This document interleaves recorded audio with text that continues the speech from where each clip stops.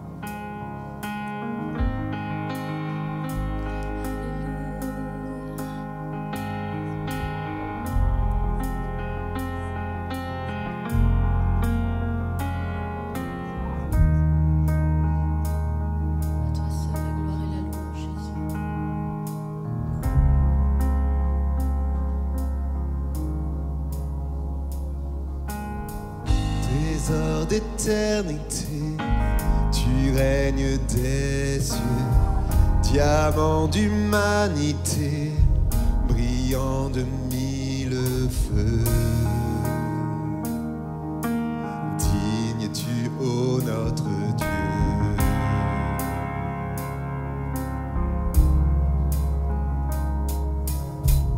Majesté infinie, beauté sans égale, ton éclat resplendit comme 1 million d'étoiles. Digne es-tu, ô notre Dieu. Chantons Alléluia. Alléluia.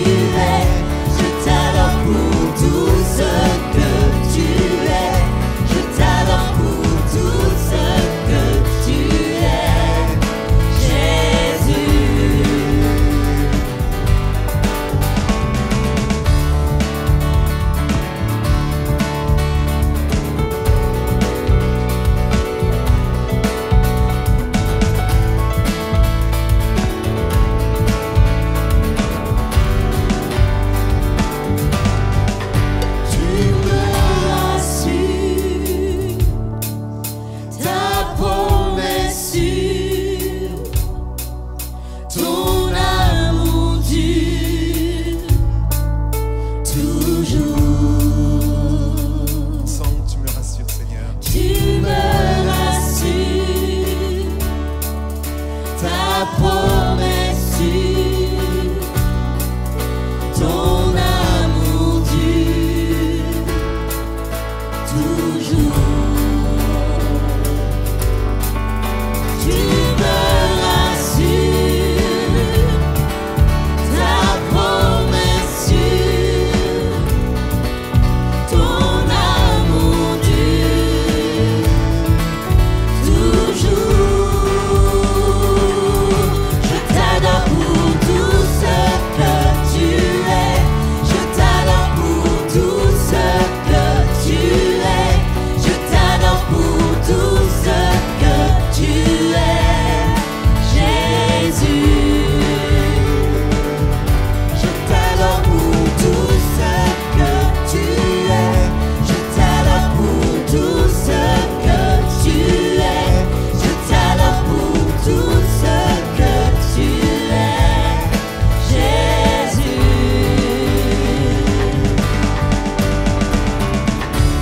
Est-ce qu'on peut acclamer le Seigneur? Amen. On adore le Seigneur, notre Dieu Tout-Puissant. Alléluia. Seigneur, ton nom est grand. Ton nom est glorieux. Amen. Alléluia. Seigneur, merci pour ta présence dans ce lieu. Merci, Seigneur, parce que tu es là, Seigneur. Et à travers toute cette planète, Seigneur, mes frères et mes sœurs, que ce soit aux États-Unis, en Afrique, en Chine, en Russie, sont en train de te louer et bénir ton nom. Seigneur, nous voulons nous associer avec cette louange. Et il y a aussi tous les anges, les archanges, tous ces êtres vivants que nous ne voyons pas, et pourtant il y a un concert céleste en ce moment même. Alors, on veut qu'il y ait du bruit aussi ici, dans nos cœurs, dans nos vies. Il faut que ça bouge, il faut que ça sorte, il faut que ça jaillisse. Et si ce n'est pas le cas, eh bien il faut que ça sorte. Mon frère et ma sœur, tu es engagé maintenant dans une dynamique de victoire. Seigneur, merci encore pour ce que tu es et ce que tu fais, Seigneur. Nous sommes là pour toi, Seigneur, pour te dédier, Seigneur, ces instants pour la gloire de ton nom, Seigneur. Alléluia. Merci, Seigneur. Jésus, merci, Seigneur. Amen. On va passer un temps béni dans lequel on va prendre le pain et le vin. C'est un temps béni. Amen. Est-ce que vous savez ce que c'est réellement la croix de Christ? Est-ce que vous savez réellement ce qu'elle a comme efficacité dans nos vies? Et ce n'est pas un accessoire. C'est le centre de notre foi ce matin. Nos frères vont s'approcher dès maintenant pour se préparer. Et on va lire ce texte de la parole de Dieu. Vous savez, ce pain et ce vin, c'est un symbole simple. Le pain, le corps de Christ qui est meurtri à la croix, qui a souffert. Le sang qui a coulé. Et ça n'a pas été de tout repos. Ça n'a pas été facile à la croix, croyez-moi. En tout cas, moi, je ne serais pas allé là où il a été. Et c'est dans cette attitude, on dit, Seigneur, ok, je comprends, j'essaye de comprendre en tout cas ce sacrifice qui est immense, qui est impossible humainement de faire, à pardonner, à pardonner, à pardonner et à pardonner. C'est ce qu'il est en train de faire avec toi, mon frère, toi, ma sœur, en ce moment.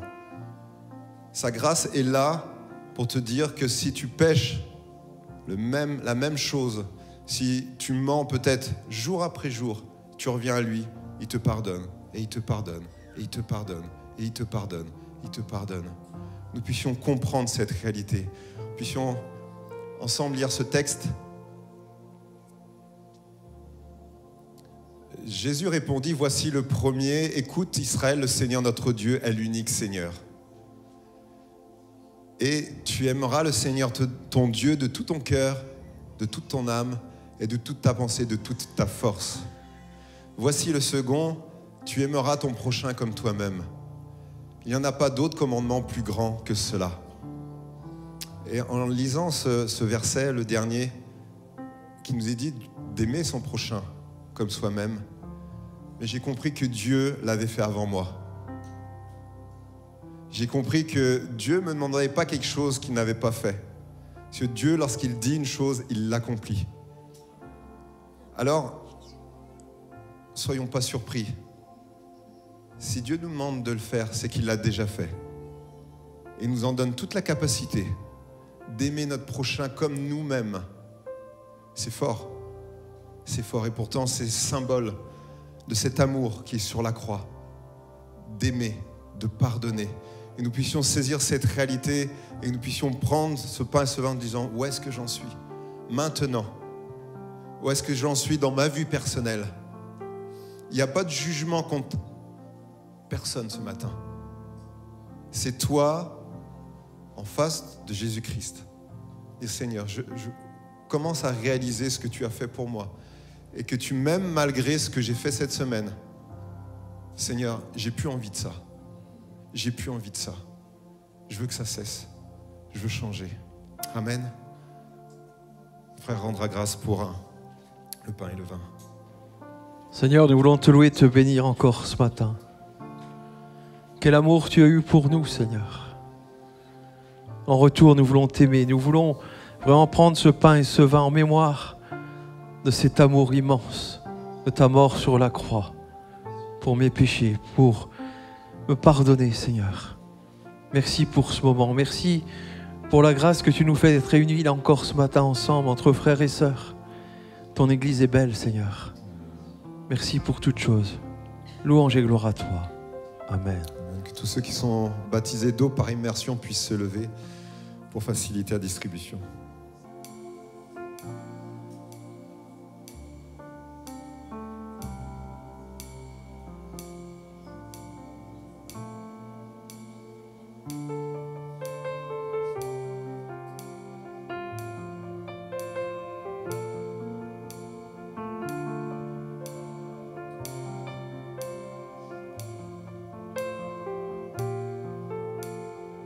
Je ne pourrai jamais t'aimer, comprendre ni réaliser.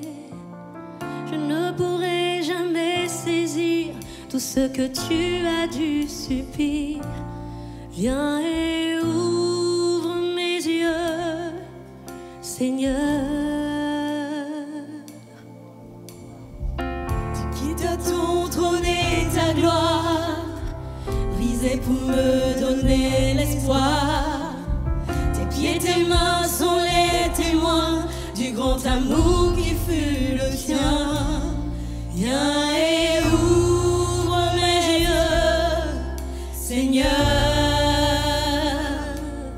Viens et ouvre mes yeux, Seigneur. Révèle-moi ton amour, révèle-moi ton amour.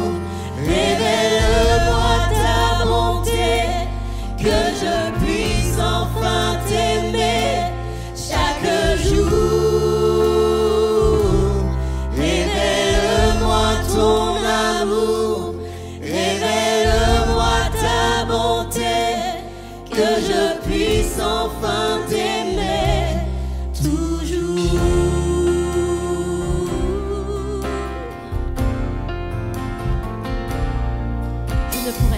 Je ne pourrai jamais t'aimer, comprendre ni réaliser.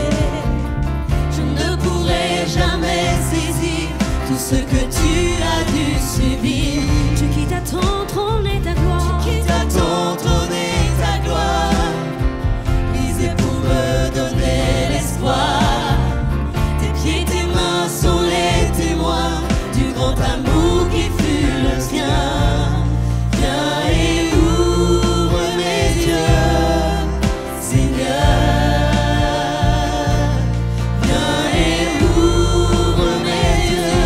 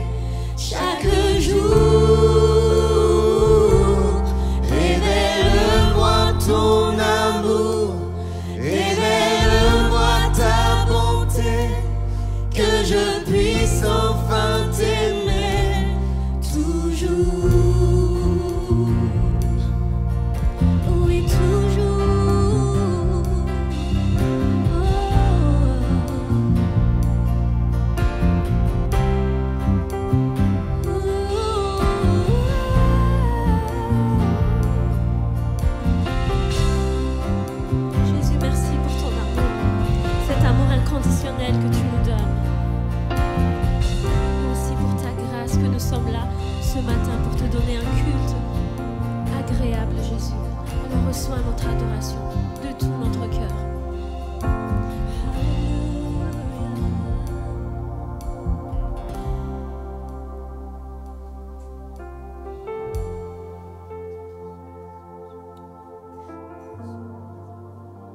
Amen.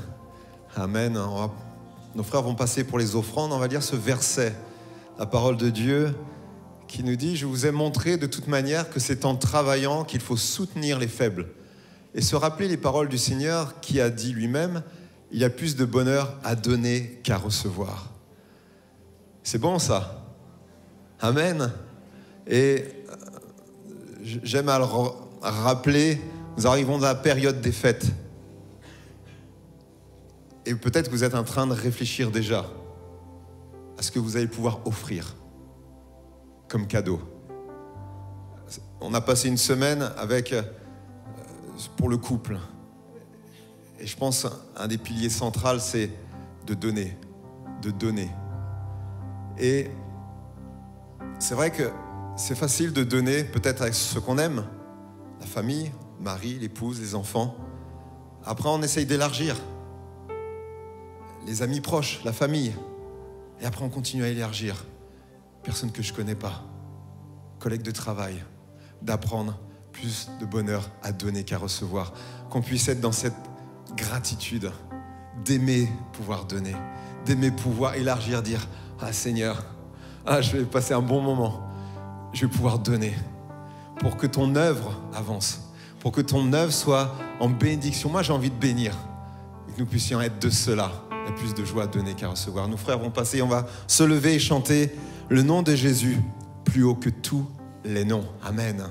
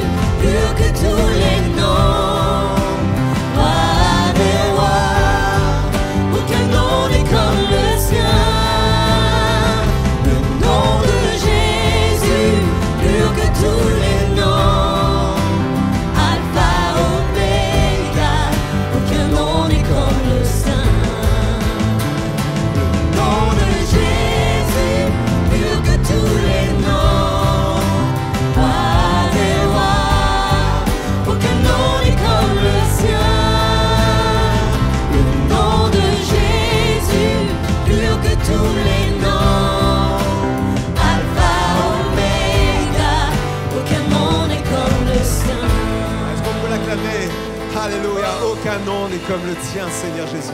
Nous te bénissons, Seigneur, pour ta présence ce matin, Seigneur. À toi reçoivent toute la gloire et la louange. Amen. Notre frère rendra grâce, ou notre sœur rendra grâce pour les offrandes. Oui, Éternel, mon Dieu, merci pour ce temps de louange. Merci, Seigneur, car c'est toi qui pourvois en toutes choses. Et nous voulons te remettre ces offrandes que tu pourvois pour chacun d'entre nous. Et merci de bénir cet argent qui sera au service de ton œuvre. Loué soit ton nom. Amen.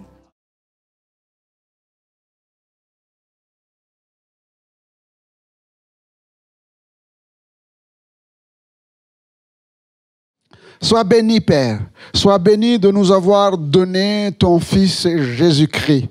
Sois béni, Père, de nous avoir donné ta parole et de nous avoir donné les dons, Seigneur, pour partager, Seigneur, exhorter, enseigner ton peuple. Merci pour ton serviteur Daniel, Seigneur, qui va ouvrir la parole de Dieu avec nous, pour nous, Seigneur. Puisses-tu le bénir et que l'Esprit de Dieu soit chez lui et que nos cœurs s'ouvre, Seigneur, et écoute attentivement, afin que nous puissions, Seigneur, après agir fidèlement selon ce qui va nous être enseigné. Sois glorifié maintenant et à jamais, dans le nom de Jésus. Amen. Amen. Gloire à Dieu. Amen. Toujours heureux d'être avec vous. Et dans ce cadre du deuxième culte, vraiment, je suis content de vous voir aussi, de voir l'église bien pleine. C'est une grâce de Dieu et une bénédiction. Amen. Hein. Merci pour la louange aussi, on s'est fait du bien. Amen. Hein. Soyez encouragés. Alléluia. Donc, nous sommes sur le thème, comme l'a rappelé votre pasteur, du couple. Et nous allons nous intéresser ce matin, plus particulièrement, à la gestion des conflits. Alors, votre pasteur a dit, ici, il n'y a pas de conflit. Bon, mais je crois qu'on est tous conscients que, néanmoins, on a tous besoin de réfléchir sur le sujet. Vous êtes d'accord? Y a-t-il un mode d'emploi? Y a-t-il des choses à faire et des choses à ne pas faire? On raconte qu'un couple célébrait leur 50e année de mariage. Ça se voit plus beaucoup, hein. Ce sont les noces d'or, c'est ça, hein, les noces d'or.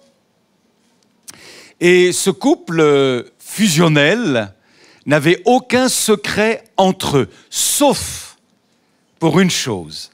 Madame avait caché sous le lit une boîte à chaussures.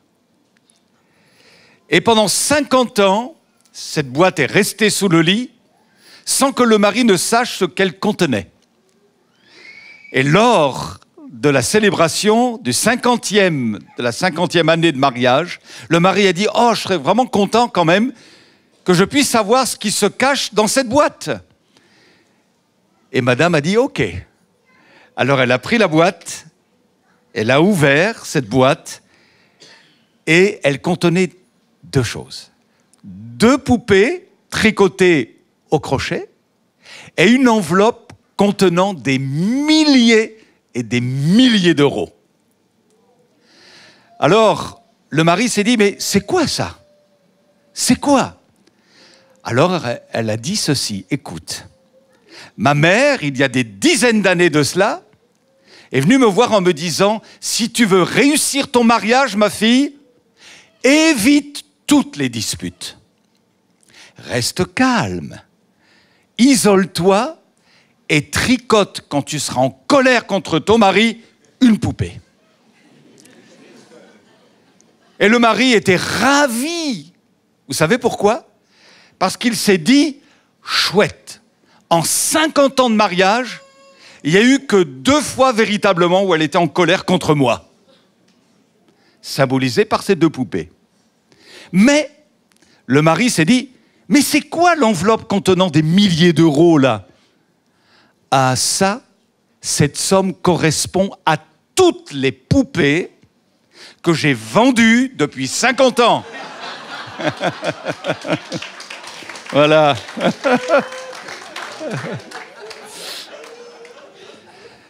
Ceci pour dire que la perfection, mes amis, elle est là-haut dans le ciel, dans l'absolu. Et que même si on est enfant de Dieu, né de nouveau, ayant vécu une véritable expérience de rencontre avec Jésus, si on est régénéré par le Saint-Esprit, cela n'ôte pas le fait d'être confronté à des réalités bassement terrestres, on va dire, du fait de notre nature pécheresse, qu'il faut juguler, crucifier, oui, mais néanmoins, nous sommes des êtres différents. Et il peut y avoir des réalités, parfois crues, dans le cadre du couple, à savoir des disputes, des tensions, des incompréhensions. Si je faisais un sondage ce matin en disant « Quel est le couple parfait qui ne s'est jamais disputé ?» Vous levez la main. Et je disais tout à l'heure que si, monsieur, vous levez la main, votre épouse va vous tirer sur la manche vers le bas comme ça. Parce qu'en réalité, ça n'existe pas. Ça fait partie de la vie d'un couple. Je ne dis pas que c'est que ça, évidemment. Mais n'en soyez pas étonnés, je parle aux jeunes couples aussi, et à ceux qui vont bientôt se marier. Oui, vous aurez à vivre parfois des tensions. Alors, on va essayer d'aller un petit peu plus loin. Il y a de cela quelques années, alors que j'étais en Bretagne, on avait célébré le mariage d'un jeune couple. Et puis, le temps a passé, pas beaucoup d'ailleurs, mais le temps a passé. Je me retrouve à la sortie de l'église, je regarde la jeune mariée, et je lui dis, alors, comment tu vas? Et je m'attendais à une réponse, ah, je suis sur mon petit nuage, tout va bien, c'est super. Elle me regarde. Non, ça va pas. C'est ça le mariage? Je savais pas. Waouh! Visiblement, il y avait des tensions, quoi. Il n'a pas fallu attendre longtemps pour qu'il y ait les premières disputes. C'était, faut reconnaître, un couple ayant chacun d'entre eux un fort tempérament. Mais ça chauffait là-dedans, hein? Il a fallu toute la grâce de Dieu. La Bible dit, dans le livre des Proverbes, au chapitre 15, verset 17, « Mieux vaut manger un plat de légumes préparé avec amour que la viande la plus savoureuse servie avec haine. » C'est-à-dire que quand il y a de l'amour, tout passe. Même les haricots verts, même les épinards et même l'eau de badois. Et même si votre épouse a raté le dessert, la bonne tarte à la banane, c'est pas grave, il y a de l'amour. Et l'amour transcende tout, alléluia. L'amour change tout, métamorphose tout. Et c'est de cela dont nous avons besoin. Alors, les causes de conflit sont multiples. J'ai noté quelques points, mais c'est presque infini, hein. La gestion du budget dans le foyer, ça peut créer des tensions. Les incompréhensions, une éducation différente. On a un arrière-plan bien souvent différent. Pas toujours, mais bien souvent. Une culture différente. L'éducation des enfants peut être source de tension, un caractère différent et tant d'autres choses encore. Mais, mes amis, ce qui est important, finalement, c'est qu'au-delà de nos disputes, quand elles arrivent, quand elles surviennent, l'essentiel, c'est de gérer les conflits. Vous êtes d'accord avec moi? Il ne faut pas s'arrêter à la dispute, ça fait partie de la vie. Mais aux yeux de Dieu, ce qui est important, c'est que nous puissions résoudre les désaccords. Au mieux, les tensions, les incompréhensions. C'est très clair, soit que le couple s'enlise, faute de traiter correctement le conflit, ou alors le couple en ressort plus fort en y faisant face de la bonne manière. Il y a donc des règles à retenir. Et je souligne cette vérité importante. Il n'y a pas besoin d'illumination particulière du Saint-Esprit, d'une révélation particulière du Saint-Esprit pour gérer les différences, les conflits, les tensions. Parfois, on peut être trop spirituel. Vous comprenez ce que je veux dire? L'homme de Dieu dans la Bible dit « Donne-moi du bon sens et de l'intelligence. » Du bon sens et de l'intelligence. Le bon sens et l'intelligence sont associés à la personne du Saint-Esprit. Et si le Saint-Esprit règne dans mon cœur, dans mon couple, il nous donnera la sagesse, le bon sens, l'intelligence pour gérer ce que nous devons gérer et confronter les sources de tension de la meilleure manière possible. Alors il y a des règles à retenir, des règles toutes simples, pleines de bon sens à appliquer. Alors je vous en cite quelques-unes. Ne pas évoquer l'éventualité du divorce. Quand il y a eu des tensions, quand elles sont survenues entre moi et mon épouse, jamais ce mot-là est venu sur la table. Jamais. Parce que pour nous, il n'en est pas question. Maintenant, il y a des situations critiques, des situations extrêmes, où la vie du couple ou la vie d'un des deux est en danger. Violence, voyez, abus divers. Alors là, ça relève de la loi, il faut faire attention, il faut se protéger. Dans ce cas-là, on est d'accord. Mais je ne parle pas de ces situations extrêmes. Ce qui est important de se dire, c'est que si on s'est engagé devant Dieu dans les liens du mariage, le mot divorce ne doit pas exister. Il doit être sur la croix.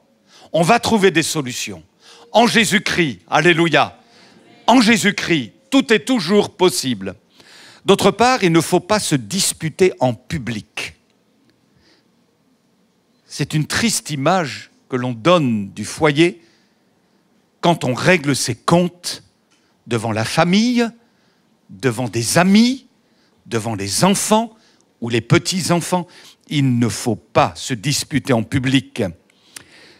Ne jamais, je ne devrais même pas avoir à le dire, ne jamais en venir au coup. Il faut éviter le mutisme. L'arme du silence ne résout rien. Il faut aussi bien choisir le moment et le lieu opportun pour envisager de gérer le conflit. Il faut d'autre part s'attaquer au problème et non à la personne. Parfois, on identifie la personne au problème ou le problème à la personne. Voyez ? Or, il faut bien dissocier. On respecte la personne et on s'attaque au problème. Vous comprenez ? Parfois, on identifie les deux. Il faut faire très attention à ça. Et je prenais l'exemple des enfants parfois. Là, je m'écarte de mon sujet. Mais voyez, si l'enfant a menti, il peut mentir, l'enfant. Vous voyez, c'est un enfant. S'il ment, et si on lui dit « t'es un menteur », on l'identifie au mensonge. Et à force de dire cela, « t'es un menteur, t'es un menteur, t'es un menteur », il va finir par se croire vraiment être un mensonge. Vous voyez ce que je veux dire ? Il faut dissocier l'enfant de sa faute. Tu as menti, tu vois, c'est pas bien. Le Seigneur n'est pas content, papa, maman, on n'est pas content non plus. Il faut que tu règles ce problème, on va t'aider pour cela. Mais toi, tu es toi et tu vaux mieux que cela. Et donc, au lieu d'abaisser le gamin, au lieu de l'humilier ou de l'agresser verbalement, on va le tirer vers le haut.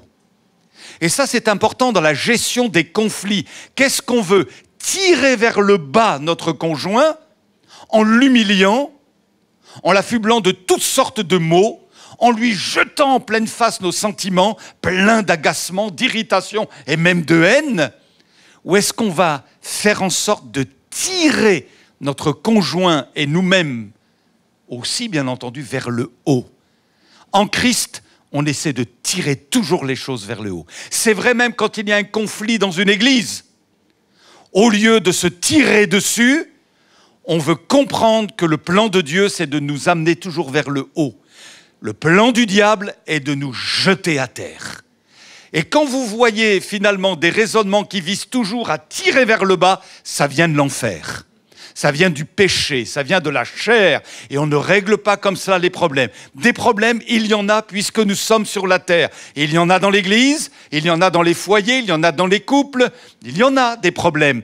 Mais nous allons les gérer pour tirer les choses vers le haut à la gloire de Dieu.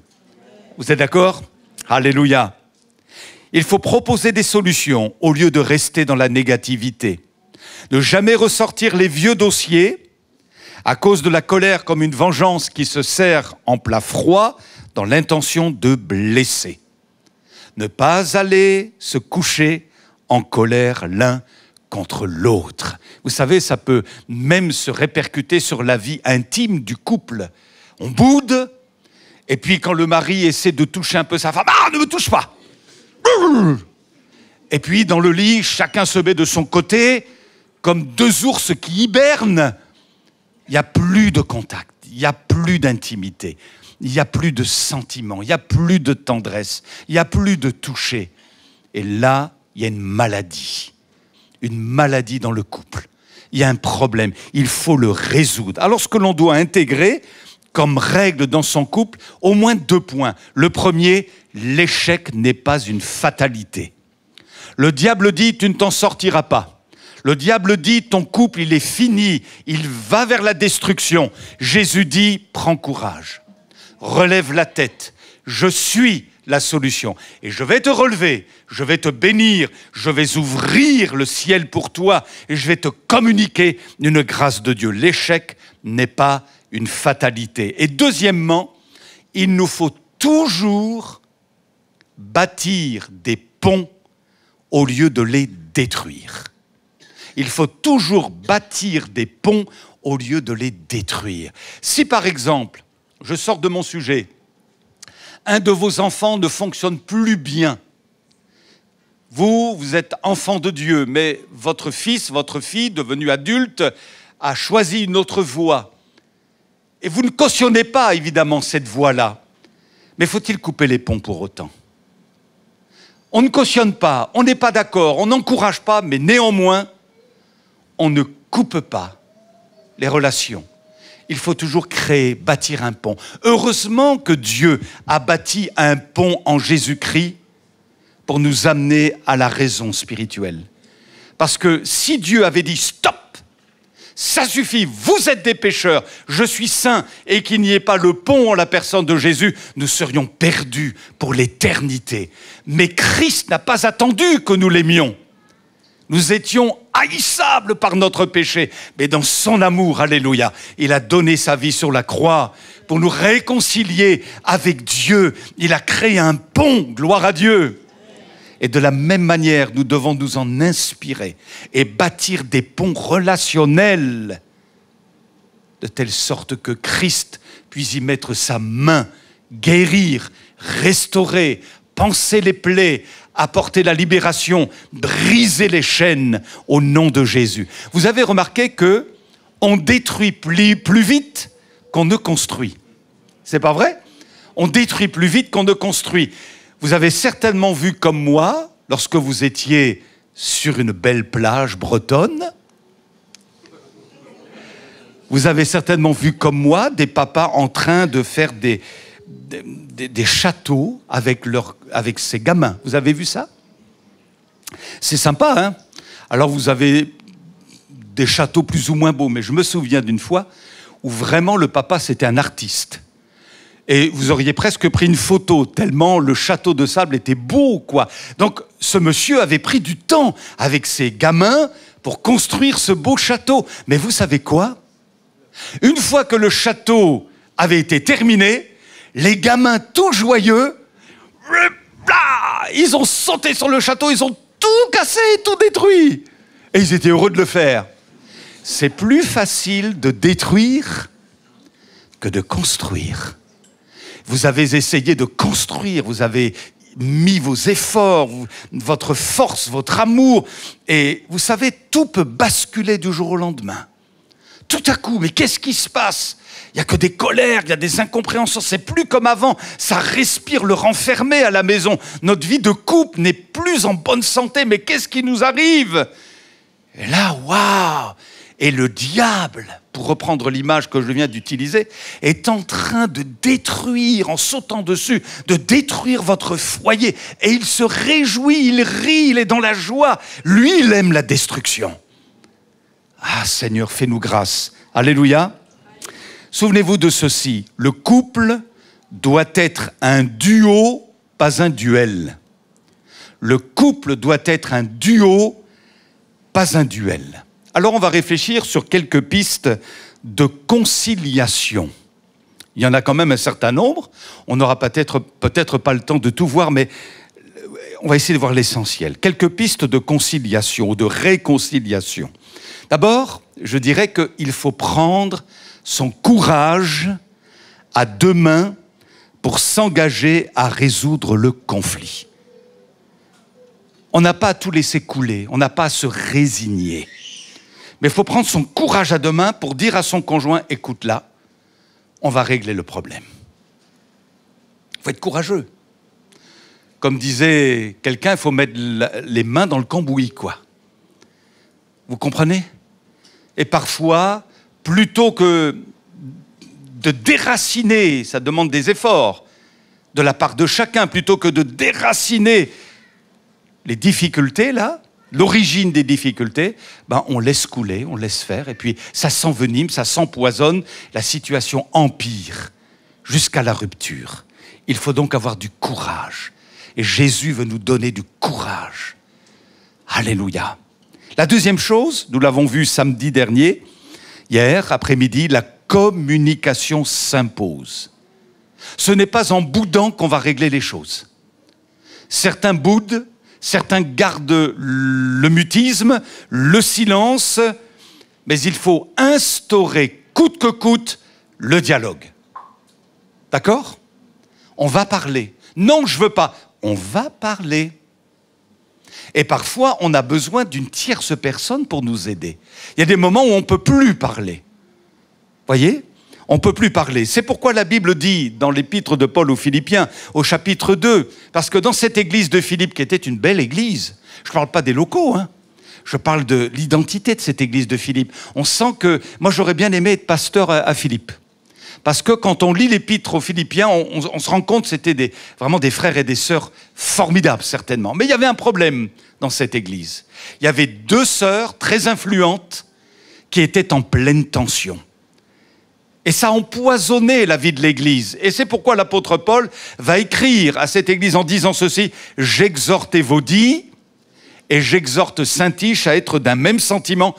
Et toi, fidèle collègue, je te prie de les aider. » Donc parfois, quand il y a un véritable conflit dans notre couple et qu'on n'arrive pas à s'en sortir, on n'arrive pas à instaurer le dialogue, eh bien, on a besoin de quelqu'un qui vient nous aider. Alors, il faut bien le choisir, ce quelqu'un. Il faut qu'il soit plein de sagesse, hein, rempli du Seigneur. Vous allez chercher votre pasteur, l'épouse du pasteur, un responsable, quelqu'un qui va vous faire du bien, vous aider, qui ne va pas juger. Vous comprenez? Qui va être objectif dans la situation et qui va nous tirer vers le haut. Béni soit Dieu. Une autre piste, j'écouterai avant de parler. Vous savez que Dieu a fait 2 oreilles et une bouche, pour nous faire comprendre que peut-être avons-nous plus besoin d'écouter que de parler. Et il y a même des statistiques qui ont été faites. Une étude a montré qu'en moyenne, une personne écoute son interlocuteur pendant, écoutez bien, 17 secondes seulement avant de l'interrompre pour donner son opinion. J'ai assisté parfois à, comment dirais-je, des paroles ou, disons, oui, des échanges dans un couple qui n'allait pas bien, et l'un commençait à parler, l'autre le coupait presque systématiquement. Oui, mais je vais... Tais-toi, non, c'est moi qui... Non, mais c'est... Vous en sortez pas. Il y a un brouhaha pas possible, vous êtes obligé de réguler la chose. Bon, laisse-le parler. Laisse-le parler. Et voilà qu'il commence à parler. Oui, mais... Il n'y a pas besoin d'attendre 17 secondes. Quand c'est vraiment à couteau tiré, wow, c'est compliqué. Or, la Bible dit ceci, que chacun soit prompt à écouter. Lent à parler, lent à se mettre en colère. Jacques 1, 19. Et puis une autre piste, je m'exprimerai avec douceur sans élever la voix. C'est pas facile là. Quand tout va bien, aucun problème. Mais quand il y a de réels désaccords, la voix monte sous l'effet de la colère. de l'irritation. Or, nous devons nous exprimer, je le dis à moi-même, avec douceur, sans élever la voix. La Bible dit, dans le livre des Proverbes, chapitre 15, verset 1, « Une réponse douce calme la fureur, tandis qu'une parole dure augmente la colère. » On peut dire les choses en vérité, mais elles sont si dures qu'elles figent notre interlocuteur. Pourtant, c'est la vérité. Et c'est pourquoi la Bible dit de professer la vérité dans l'amour. Si vous dites la vérité de manière dure et non pédagogique, vous allez briser votre conjoint. Alors vous allez me dire, mais je lui dis la vérité. Oui, mais pas de la bonne manière. Pas avec le bon ton.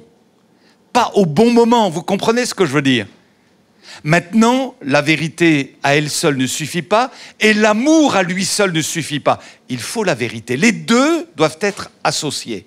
L'amour tout seul est mou, n'a pas de colonne vertébrale quelque part. Il faut la vérité. Parce qu'il faut être vrai dans un couple, transparent et ne pas avoir peur de s'attaquer, comme je l'ai dit tout à l'heure, à la racine du problème. Il faut être courageux. Mais une fois qu'on règle vraiment le problème, c'est du bonheur. À la gloire de Dieu. Alléluia. Celui qui est lent à la colère, Proverbe 16, 32, vaut mieux qu'un héros. Et celui qui est maître de lui-même que celui qui prend des villes. Par ailleurs, il est écrit encore, comme une ville forcée sans muraille, ainsi est l'homme qui n'est pas maître de lui-même. Proverbe 25, verset 28. Alors, 5 expressions, mes amis, toutes simples, qui peuvent faire la différence. 5 expressions. Je regrette.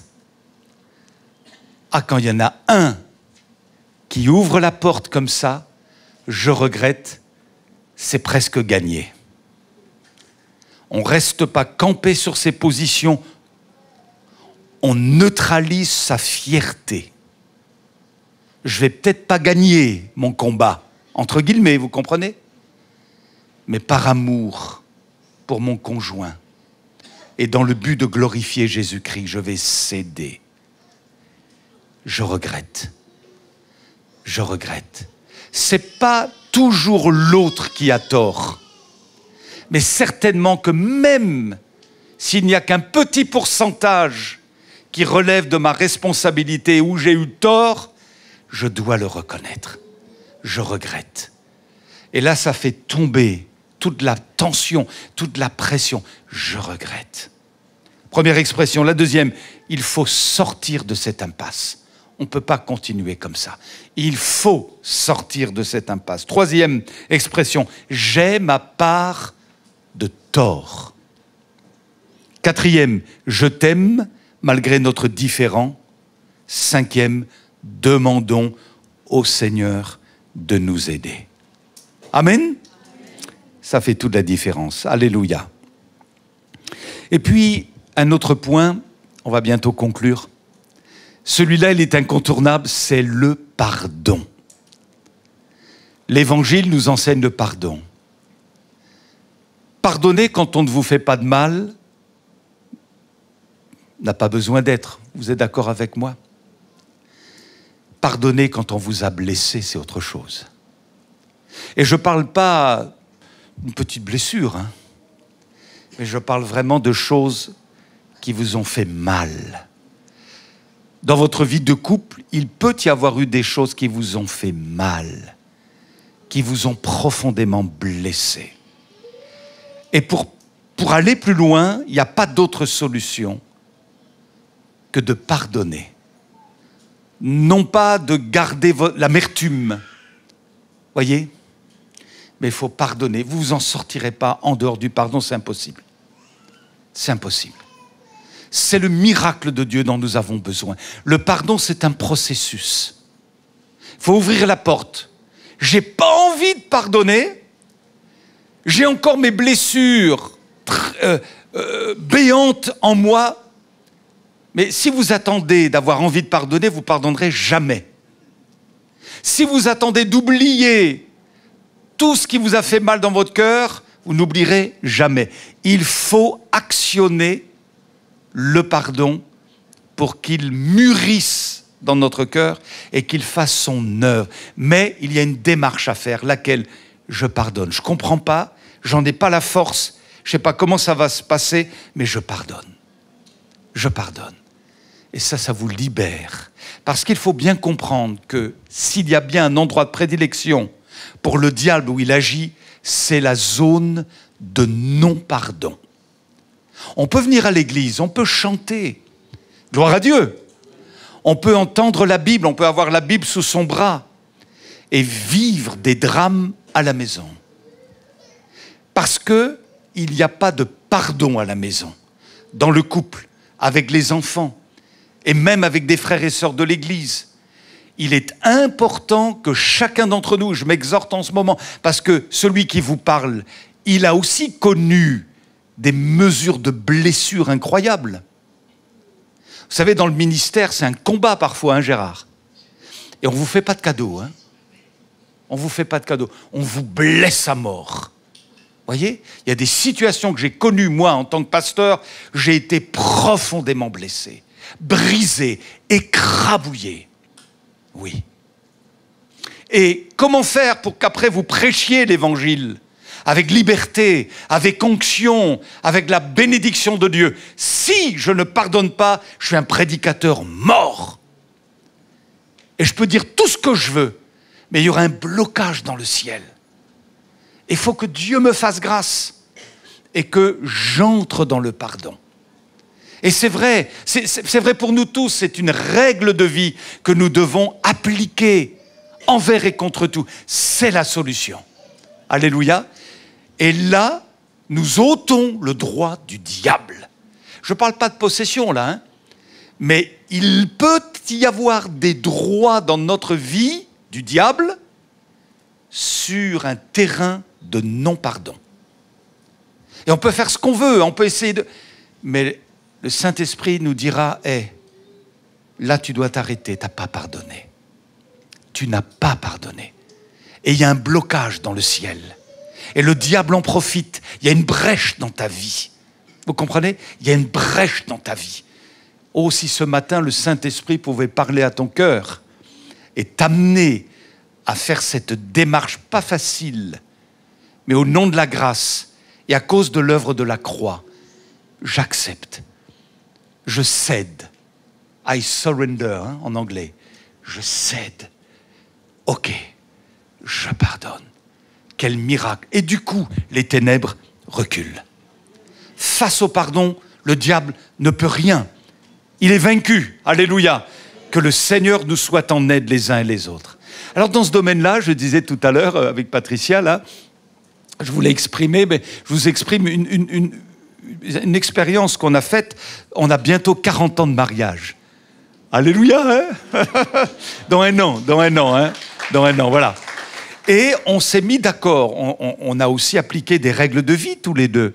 Alors, c'est pas parfait, quoi, mais le Seigneur nous aide. On met de l'huile là où il faut en mettre, vous voyez? Mais vraiment, je n'arrive pas à me souvenir, quand on s'est disputé, que la tension a duré plus d'une journée. Je n'arrive pas. Alors je regardais mon épouse tout à l'heure, je dis, est-ce que toi tu te souviens? Mais non. Alors des tensions, il y en a eu, c'est normal.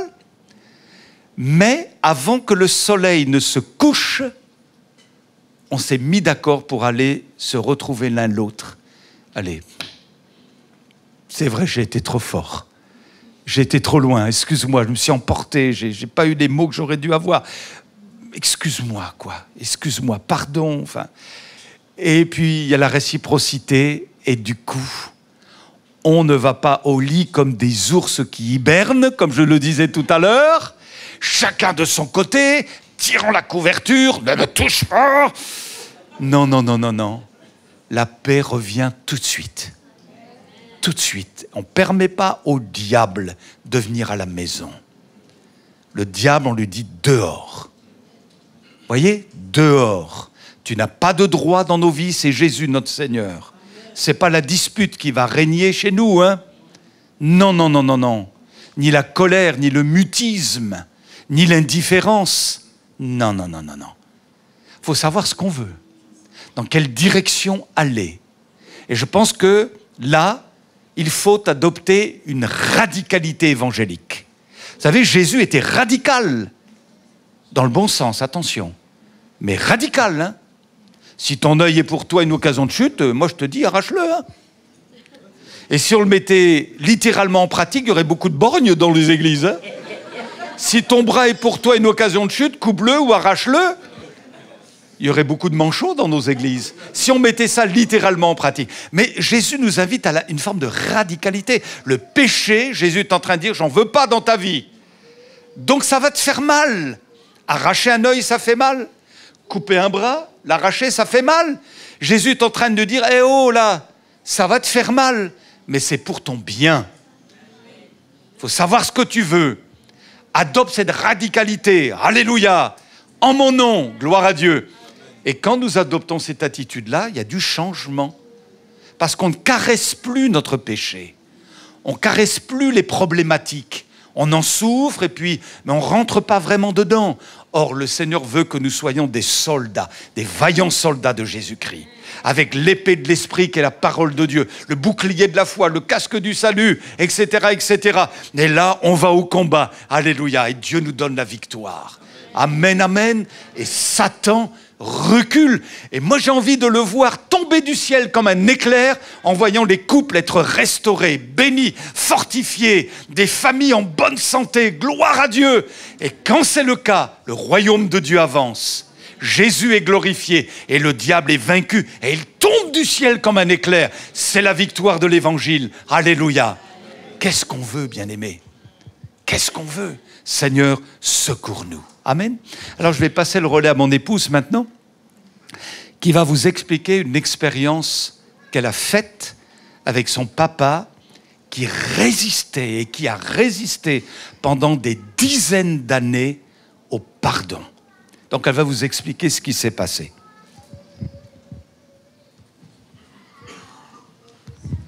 Voilà. Alors c'est vrai, ce que je vais vous dire maintenant fait appel à des souvenirs douloureux pour moi, mais sur lesquels le Seigneur est passé avec son baume. L'histoire de ma famille, c'est une famille qui a été reconstruite sur des ruines. Cette histoire avait très très mal commencé, puisque mon papa, en fait, n'était pas le fils légitime de la famille dans laquelle il a été élevé, alors qu'il le croyait. Sincèrement. Il a découvert seulement à l'âge de 50 ans qu'il n'était pas le fils de l'homme qu'il élevait. Et ça a généré dans son cœur des incompréhensions terribles, jusqu'à le rendre psychiquement malade à un moment de sa vie. Donc, sa maman, alors qu'elle était prête à se marier, a découvert sa grossesse.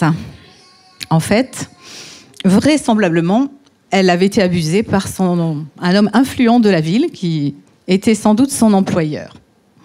Mais il y a toujours eu une omerta concernant ce problème. Ça n'a pas été verbalisé, ça ne se faisait pas. Surtout à cette époque, dans le Nord Finistère. Donc, son futur mari a accepté qu'il garde cet enfant. Il l'a adopté administrativement, mais pas du tout avec le cœur. Et il s'en est suivi par la suite des différences de traitement, de régime épouvantables entre son frère, qui est né plus tard, et lui. Cet enfant, on avait toujours l'impression qu'il allait grever le budget, donc il n'avait même pas le même régime alimentaire que son frère. Et oui, ce que je n'ai pas dit tout à l'heure, ça me revient à l'esprit. Un jour même, on lui a planté les dents de la fourchette dans la main, lui signifiant que le repas était terminé alors qu'il n'avait pas encore suffisamment mangé. Et la punition ultime, c'était de passer la nuit dans la grange avec les bêtes, puisqu'il tenait une exploitation agricole. Et là, en fait, il y avait même de la magie qui était perpétrée contre lui. Donc ce petit garçon, dormant là tout seul dans la grange, était terrorisé. Et puis, il a réalisé qu'il était poursuivi par une sorte de malédiction, parce que partout où il allait, eh bien, il lui arrivait des choses incompréhensibles contre sa personne, son intégrité. Et ces choses n'ont jamais été verbalisées avant le jour de sa délivrance, qui a eu lieu des décades d'années plus tard. Et donc, il est parti en Indochine, il a fait l'armée, et à ce moment-là, quelqu'un a traversé sa vie, qui connaissait le Seigneur, qui lui a parlé de la grâce de Dieu, du moyen d'être sauvé par la foi, etc. Et il a reconnu vraiment que l'œuvre de Dieu était belle. Et il a accepté Jésus dans son cœur comme son sauveur, mais pas vraiment comme son Seigneur, malgré toutes les invitations à pardonner qui étaient réitérées dans l'assemblée par les hommes de Dieu. Nous faisions partie d'une assemblée très vivante et très très souvent l'occasion lui a été donnée de capituler, de pardonner à ses agresseurs, à ses parents, à son frère. Mais pour lui, c'était une chose impossible à réaliser. Donc, il résistait à l'Esprit de Dieu. Il ne voulait pas. Il entretenait cette amertume et il se reconcentrait toujours sur la blessure. Toujours, toujours. Et malheureusement, maman, elle est entrée dans le mariage avec un homme qui était très loin d'être guéri. Et les blessures du passé affectaient et empoisonnaient, je peux vous dire, au quotidien, notre vie, à mes sœurs et à moi. Et puis donc, il y avait de toute façon un paradoxe entre l'enseignement qu'il nous donnait, qu'il nous prodiguait même à la maison, à travers même l'étude de texte, parfois un peu compliquée, parce qu'il était, il aimait bien creuser et tout ça, enseigner. Mais ces choses n'étaient pas vraiment adaptées pour des jeunes enfants. Et puis, les enfants sont très loin d'être aveugles, donc nous voyions bien son attitude et surtout son manque de tendresse, sa dureté envers maman, qui souffrait en silence, mais qui, elle, était authentiquement née de nouveau, qui se réfugiait dans la prière pour tenir le coup et pour essayer de sauver son foyer et nous-mêmes. Et un jour, donc les années ont passé, mes sœurs se sont révoltées. Donc elles ont suivi des voies tout à fait opposées. Elles ont quitté la maison, presque en claquant la porte du domicile. Le diable, évidemment, en a profité pour les rattraper. Et elles sont tombées... elles ont fait les expériences les plus regrettables et douloureuses qui soient. Je ne peux pas ici entrer dans tous les détails. Le Seigneur a eu pitié d'elles. Il a entendu, je pense, les prières aussi de leur maman. Et à un moment donné de leur existence, elles ont fait volte-face et elles sont revenues au pied de la croix. Elles se sont authentiquement données au Seigneur. Et voilà. Et les dégâts collatéraux qui avaient pu se produire au fil du temps, se sont réglés chez elles, chez leurs propres enfants, qu'on a vu revenir au fur et à mesure à Dieu, puisqu'elles avaient, elles aussi, reproduit la même situation. C'est incroyable, mais le diable est méchant. Et parfois, quand on a été victime d'une situation, soi-même, on la reproduit et elles ont rencontré le même type d'hommes, en fait, qui les ont aussi fait souffrir et leurs enfants avec. Mais voilà, la croix, le Seigneur est passé par là. Et des ruines, enfin, je vais dire, à partir de ruines, il a rebâti leur vie, à elle aussi.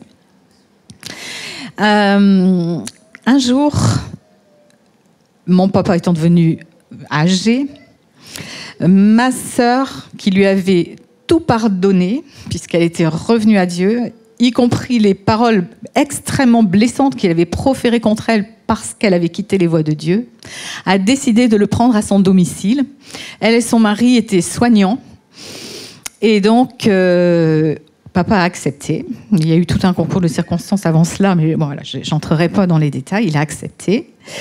Et puis, entre-temps, mes parents s'étaient séparés.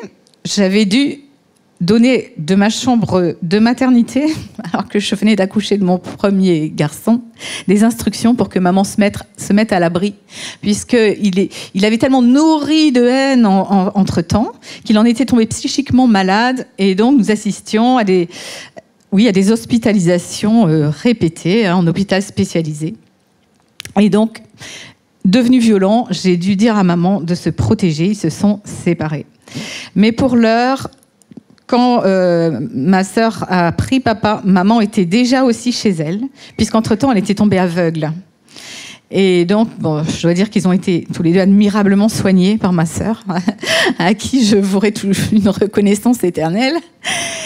Et un jour, papa s'est senti très très mal chez elle et il a appelé un pasteur au secours. Il a appelé à l'aide, mais tous les pasteurs étaient au congrès à cette période-là.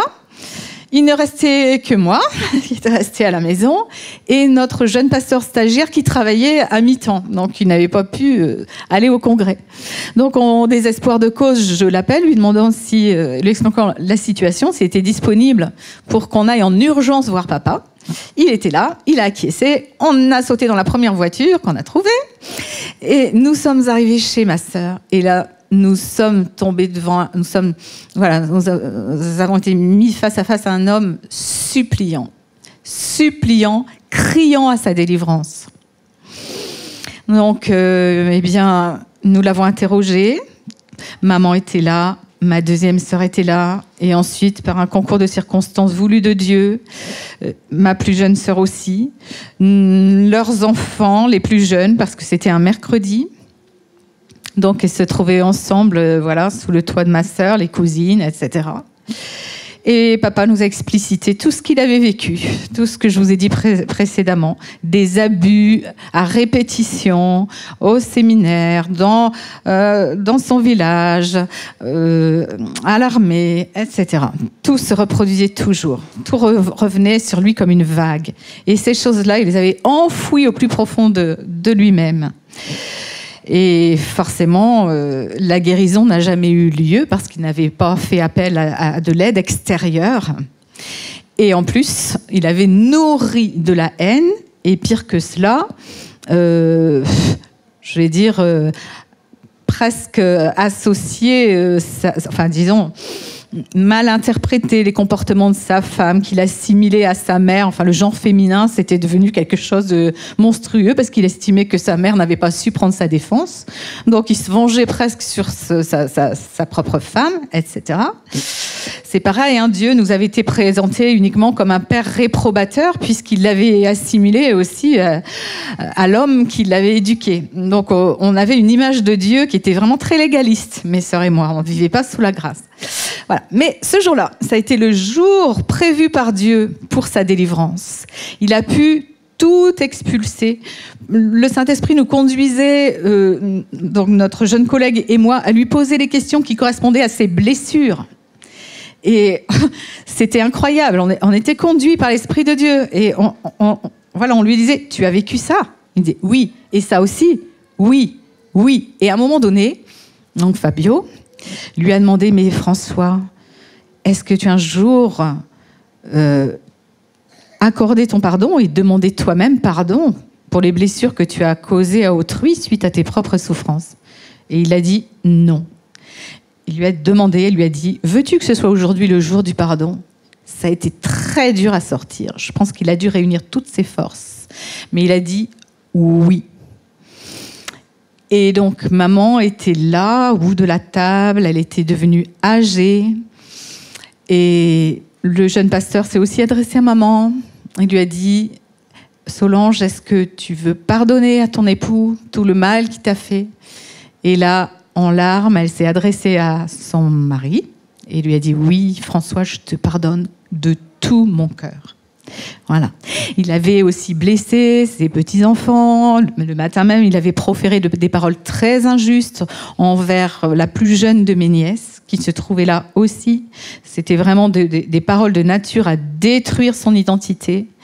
Et quand notre jeune collègue s'est tourné vers ma nièce et lui a dit, est-ce que tu veux pardonner à ton papy? Elle s'est levée de table, elle a couru vers lui, elle s'est suspendue à son cou et elle lui dit, papy, je te pardonne tout. Voilà. Suite à cela, nous avons vécu la plus merveilleuse des réunions de prière familiales qui soit. Nous avons invoqué la grâce de Dieu sur notre famille, nous tenant tous par la main, demandant à ce que ce pardon produise des fruits. Et c'est ce qui s'est produit. Voilà. Aujourd'hui, sur les 9 petits-enfants de maman, 6 se sont tour à tour donnés au Seigneur et plusieurs d'entre eux servent Dieu. Voilà. Cette petite jeune fille, elle est aujourd'hui aussi en études bibliques. Voilà ce que le Seigneur peut faire dans les situations les plus désespérées qui soient. Il n'y a pas de situation trop désespérée dans vos vies qui ne puisse restaurer par la puissance du pardon mis en action. Voilà ce que je voulais partager avec vous. Gloire à Dieu, amen. On va pas aller plus loin, on va prier, vous êtes d'accord? Je pense que le Saint-Esprit a dit suffisamment de choses pour que nous puissions nous laisser interpeller, transformer.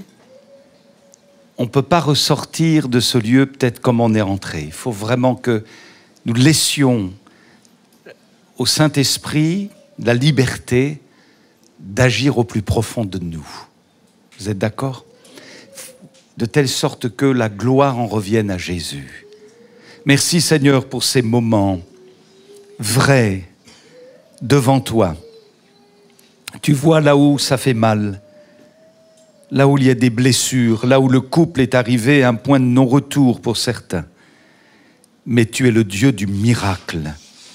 Et nous proclamons que tu peux reconstruire là où le diable a détruit, là où l'orgueil, le non-pardon, des prises de position figées ont prévalu.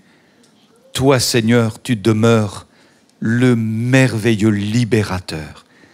Nous proclamons ensemble la défaite du malin et la victoire du ressuscité.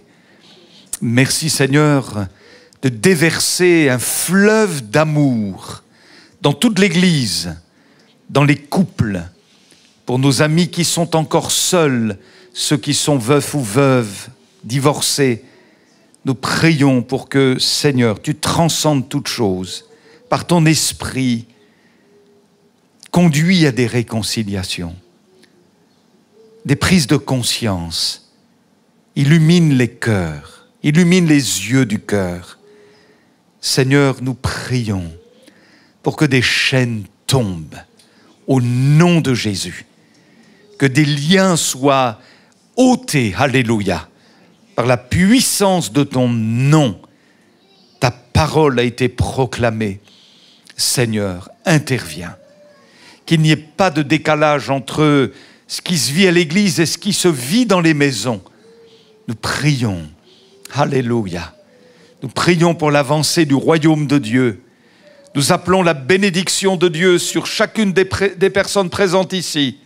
Tous les couples en particulier présents ici, qu'ils soient jeunes ou plus anciens, nous demandons ton secours, Seigneur. Un renouveau de fraîcheur dans l'amour, la tendresse, la compréhension, le dialogue, l'esprit du serviteur et de la servante, l'un pour l'autre. Merci, Seigneur. Enracine, consolide, fortifie, rend inébranlable chaque foyer ici présent, chaque couple, alléluia. S'il y a peut-être un cœur dur, rendu dur par les circonstances, nous te prions d'attendrir ce cœur au nom de Jésus.